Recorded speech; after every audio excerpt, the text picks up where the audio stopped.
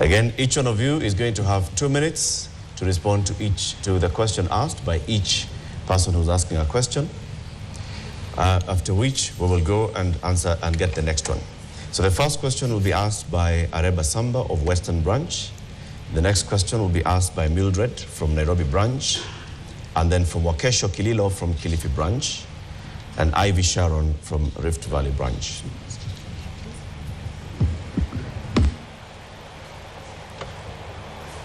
Thank you, gentlemen. My question is very simple. You realize that subsequently there has been an advancement of technology which has led to the legal space and practitioner space being under threat. If you realize that other professions like the medical profession, they have put in tangible mechanisms to be able to protect their space. As a potential president of the Law Society of Kenya, what concrete mechanisms and steps are you going to put in place to ensure that the legal space and the practitioner space is protected? Bread and butter. Thank you. First one to field this question is Senior Counsel Kanjama. We have how much time? 2 minutes.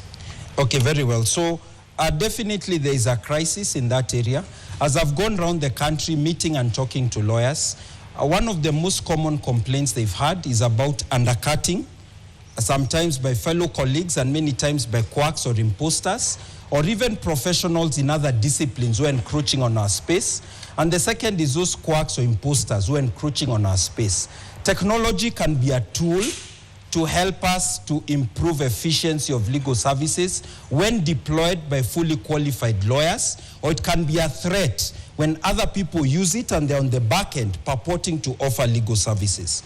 The first thing I'm going to do is, of course, I'm going to constitute 2026, once I'm elected as the 52nd president, the legal technology year of the Law Society of Kenya.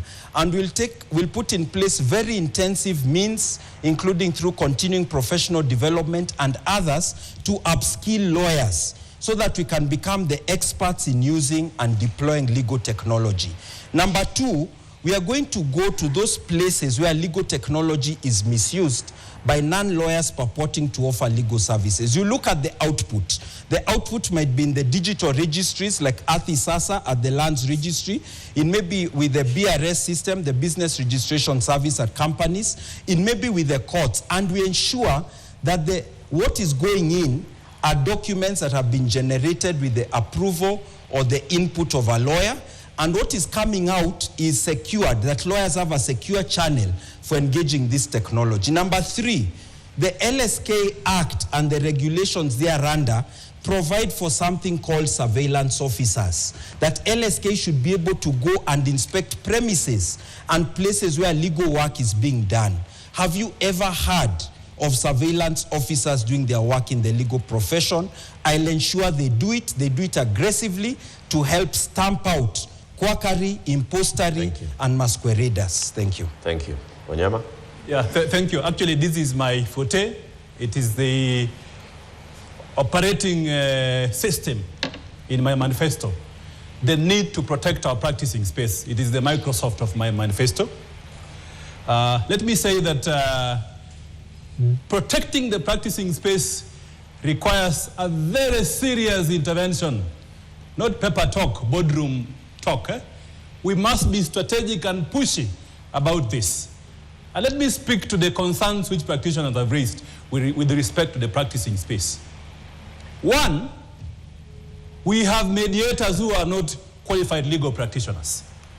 Members of the bar, I make an express, clear and unequivocal promise today that I'm going to fiercely protect mediation practice.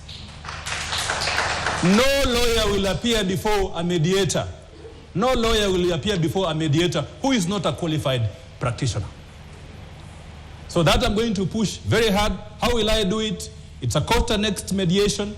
We are going to write to the Chief Justice not to allow any person who is unqualified to do mediation practice.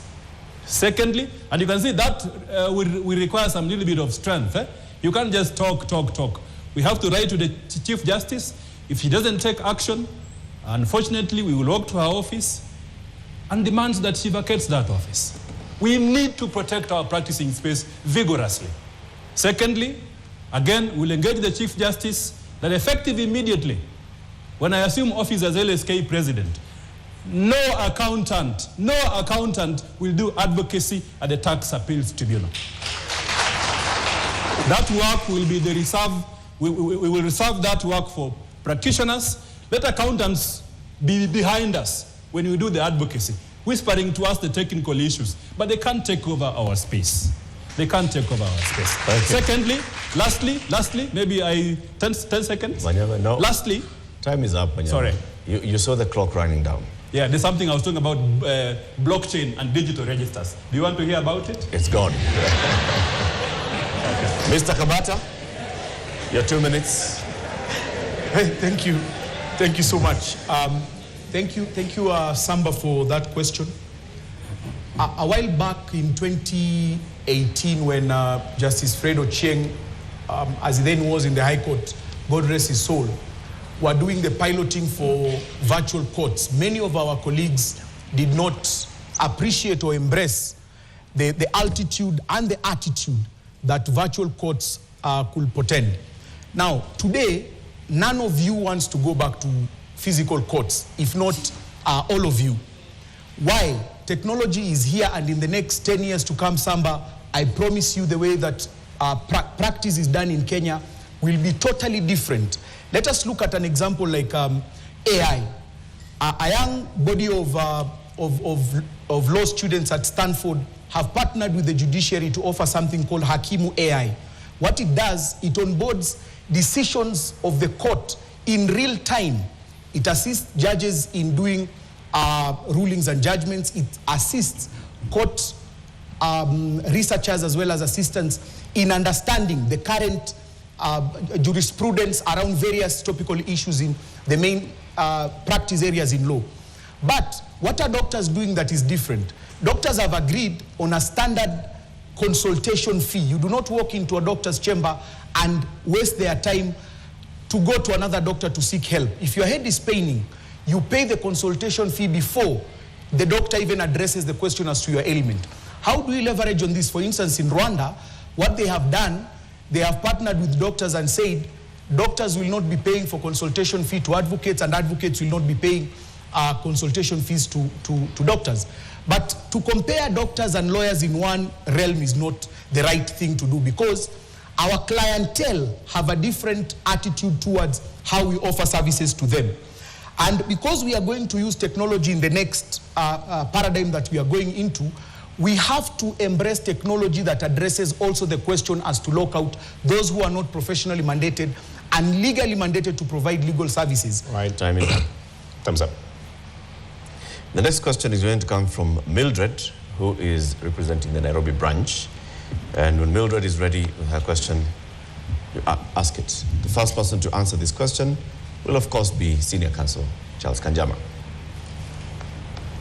Yes, to the presidential aspirants, my question is, sexual harassment has hit the news with regards to the legal profession. What are your ideas of dealing with it? Thank you. So, on the question of sexual harassment, it's a problem that is there in the legal profession, not only in the legal profession, but in all small and medium-sized firms. But because we are talking about leadership of the legal profession, let's address the legal profession. Many young lawyers are facing an environment or workspace that is toxic, they don't get contracts of employment, where there are female advocates, they are not able to go for maternity leave before they are terminated, where there is harassment against both male and female advocates who are young, that could be sexual of other kinds, where there is bullying. There's basically a toxic culture in some workplaces, where there's gross underpayment. We need to find strategies to deal with them, and the strategies are threefold. One, we need to strongly engage the senior and mid-bar, because it is some of those in the senior and mid-bar who may be guilty of more of the sexual harassment as perpetrators. Not a majority, it is a small minority, but that minority is big enough to cause significant injury and harm to the young bar. Number two, we need to engage the young bar and protect them by having, for example, a minimum terms and conditions of service, where the law, the legal requirements in the Employment Act, the Sexual Offences Act, are codified into a document that is enforceable in all law firms and other legal departments. And number 3, we need to strengthen the complaints and dispute resolution mechanism so that there's no retaliation or victimization, so that victims can come out both within the law firm, within the branch of the Law Society of Kenya, and within the Advocates Disciplinary Tribunal. Finally, in the last 15 seconds, let me say, because I'm an arbitrator and a mediator, I was called by some mediators and arbitrators very concerned about the suggestions of Mr. Wanyama that arbitration and mediation is purely for advocates. My own strategy is to build the number of advocates with capacity to do mediation, but you cannot remove other mediators because it's a globally accepted practice. Right. Alternative dispute resolution can be done by any professional. Thank you. Let's build on this, on the current sexual harassment allegation that is in the public domain. And it is said that PMOU knew about these allegations way back in December 2025. Yes. What did you do? Who did you report to? And why did you I'll answer the question. Let me say here that I am a supremacist who believe in lawyers to be mediators. Mediators who are not qualified lawyers, keep over our space. You can go to Kanjama's space if you want. We will not allow you in the legal sector if you are not qualified, a qualified advocate to be a mediator. Mark my words. That is bread and butter for us. We didn't go to law school to come outside here. Then you take our space and then you smear it in our faces. We will kick you out of our practice spaces. You're running down could you answer the question of sexual harassment, yes. The sexual harassment, and by the way, let the God of Abraham, Meshach, and Abednego strike any of us here. Strike any of us here. If you are standing on this podium or in the audience, and then you are guilty of sexual harassment, it is not a good thing to sexually harass another human being. Instead, persuade. Talk to them. Don't use your position. So this, just like in any sector, like in any sector, sexual harassment has been happening. Did you know about this particular? And in the legal sector, yes, in the legal sector, last time when I ran for LSK president, that is when a young lawyer came to me and told me, Wanyama, I have been sexually harassed by my boss. And the operating space was very, very small. So what did I do? I spoke to that person man to man, and we had a conversation. But I knew that because of the closeness of the relationship, they cannot work together. What did I do? I picked a phone call to one of the CEOs, and I said, you need to get this girl another job. And indeed, this girl got a job, and on Thursday, she's going to vote for me as the next LSK president. Sexual harassment is a serious issue that we must deal with in a structured manner. We must confront it programmatically. And one of the easiest way to confront this problem is to have a conversation with these people. So should I take your response that your duty of care to this particular sexual allegation harassment case that is in public domain was to find another job for the lady? Is that what you're saying? No. The context is different. I asked a specific question. Yeah, this one happened 2 years ago. I asked a specific question. This specific individual. Yes. The specific individual. What happened is that I was confidentially informed of the allegations against him. What did I do? I'm not an investigator. I am not a person who has specialized knowledge on how to handle the issue. But what I did is that I kicked him out of my campaign and told him, please, you cannot continue working with me. So that's what I did. But the allegations are serious. They warrant investigation by an impartial investigator, in this case, the disciplinary process of LSK or the DCI, as it were. Okay. Kabata, same question. What did you know about this specific allegation, and James, what did you do about it? James and all the people in this auditorium and those who are listening to us and watching us on television, I knew about this particular incident in a council WhatsApp group chat on Sunday, the last Sunday. Why so? Because the complaint was directed to the Advocates Disciplinary Tribunal and not the Law Society of Kenya Council. So even as council members, we were aloof to the complaint. what have we learned about this experience, which is extremely harrowing? I find it a bit chicanerous that Wanyama will say and not respond to the fact of what he did after he knew in December. Because being a crucial issue that affects our members and specifically young lawyers, he ought to have seen it as a duty of care not to hand over books, but to handle a restorative kind of mechanism, not only to the primary victim, but to the others who were not reporting. In the 2019 LSK sexual harassment and anti-bullying policy, remember, it does not only form part of professional misconduct. If you couple it to the Sexual Offences Act, it is actually a criminal conduct. Do I agree with the finding of the Advocates Disciplinary Tribunal? No, I don't. There is more that they could do to protect the welfare of these members. The reason that was cited there to me was not convincing enough.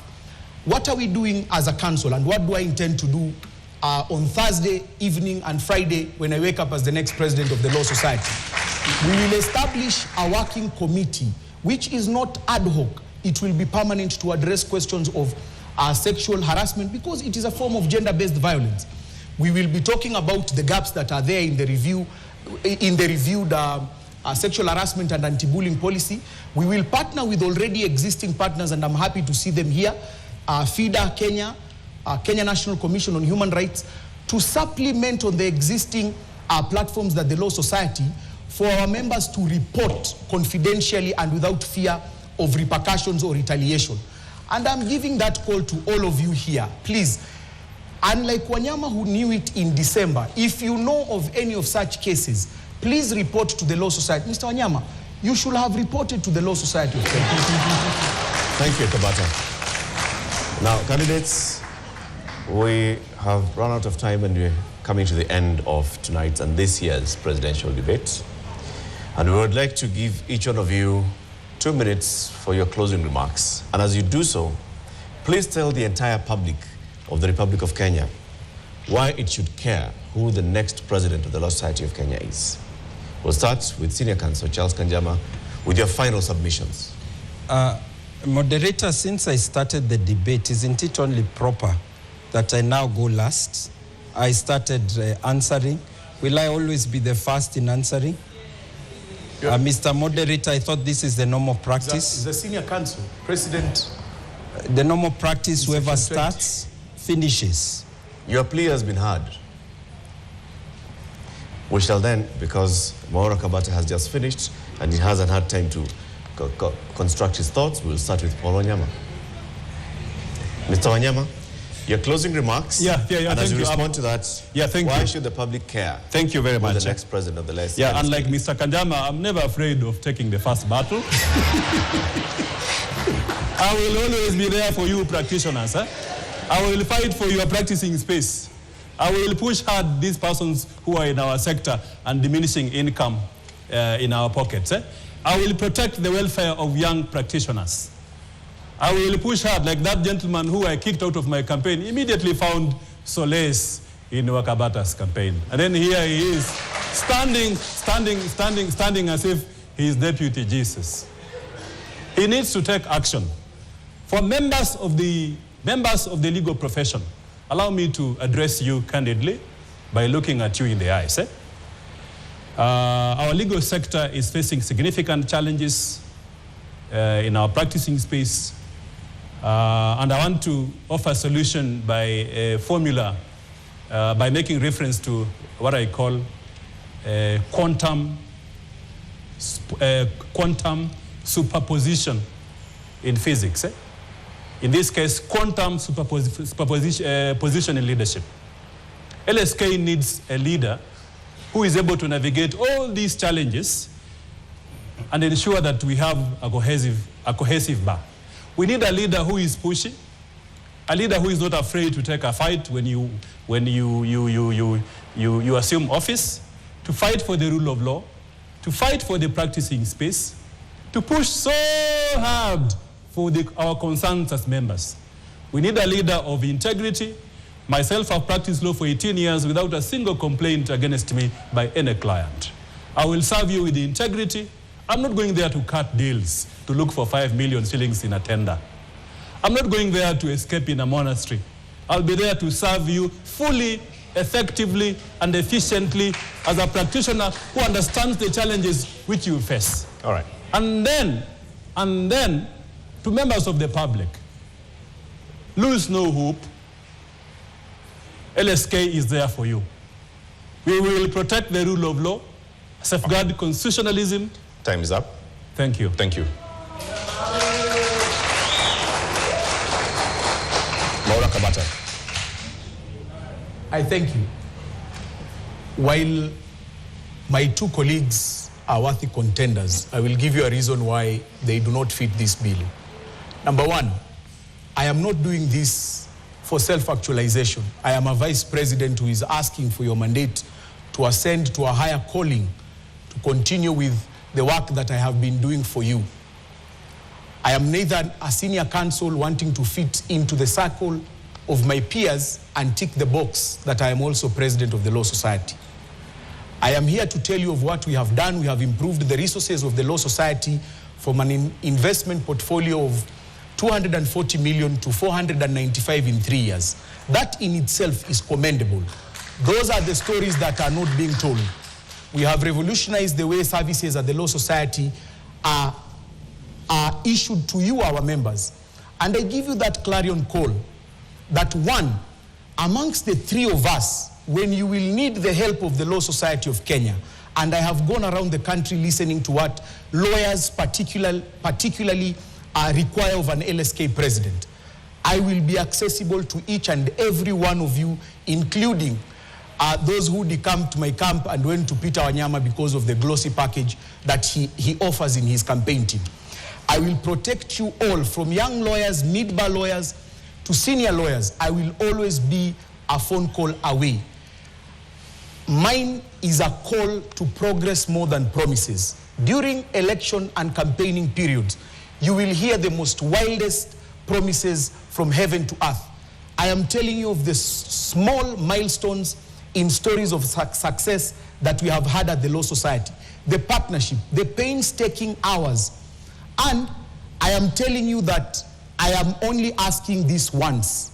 I am asking for your mandate for the first time to represent you as the president of the Law Society of Kenya. My colleague senior counsel has attempted this stint, probably this is the 10th time. My colleague has attempted it at least severally. I am doing it for the first and last time. Right. And Time's with up. your mandate, God bless you all. I'll not find a time to tell you. I also love you all.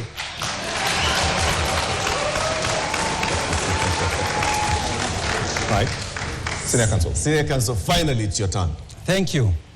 If you want an LSK where nothing changes, where you're comfortable with the practice environment, the rule of law and everything else, you don't think there's need for any change, vote for Kabata.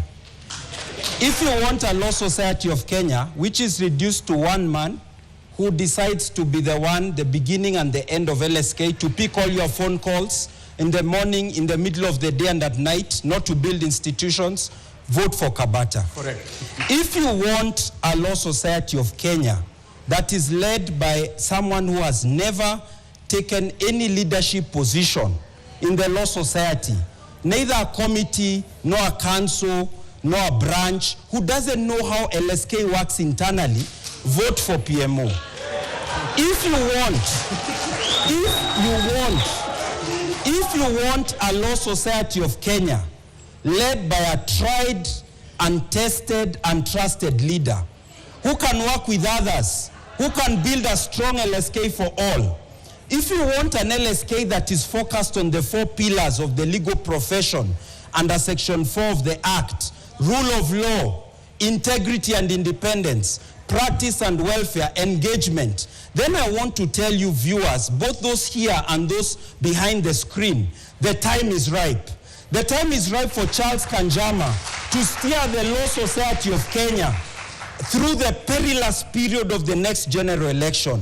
The time is ripe for Charles Kanjama to steer LSK through this big project without scandals, without stories, and get it done cleanly, effectively for members. The time is ripe for a practitioner like each of you, in-house lawyers, external practitioners, litigators, but also conveyancing commercial lawyers. You want a lawyer who runs a law firm as a partner, supervises conveyancing, deals with litigation, who understands what you need. The time is ripe for Charles Kanjama to be the 52nd president and to build a strong LSK for all. I plead for your vote and support. Thank you.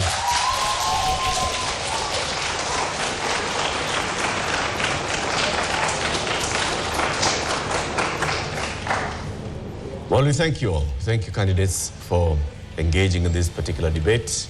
We thank the lawyers who sent their questions, the lawyers who've asked their questions. There are many more questions that they'd like to ask you separately after this, but we take a break. Thank you all for watching this last submissions of the Law Society of Kenya presidential candidates this year. As they go to the vote on Thursday, it'll be an interest for all of us in this country to see who becomes the 52nd president of the Law Society of Kenya. We're taking a break to go for the news. After the news, at some point in the news, we'll come back and analyze what we've seen tonight. Eric Latif and James Smart. Good night.